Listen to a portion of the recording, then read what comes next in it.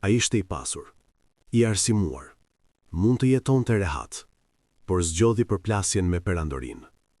Hasan Prishtina ishte deputet në Parlamentin Osman, por zemra e tij rrihte për Shqipërinë. Sipas burimeve historike, ai financoi shkolla shqipe me paratë e tij. Mbështeti kryengritjet e viteve 1910-1912. Hartoi kërkesa për autonomi. Ai besonte se pa arsim nuk ka komb, pa vetdije nuk ka liri. Pas shpalljes së pavarësisë, ai vazhdoi përpjekjet për mbrojtjen e trojeve shqiptare. U përfshi në politika të vështira.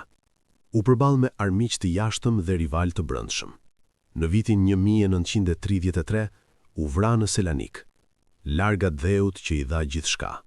Sot shumë politikan flasin për kombin, por sa prej tyre do të sakrifikonin pasurinë personale për një ideal? BF Media. Ne rikujtojmë ata që dhanë më shumë se sa morën.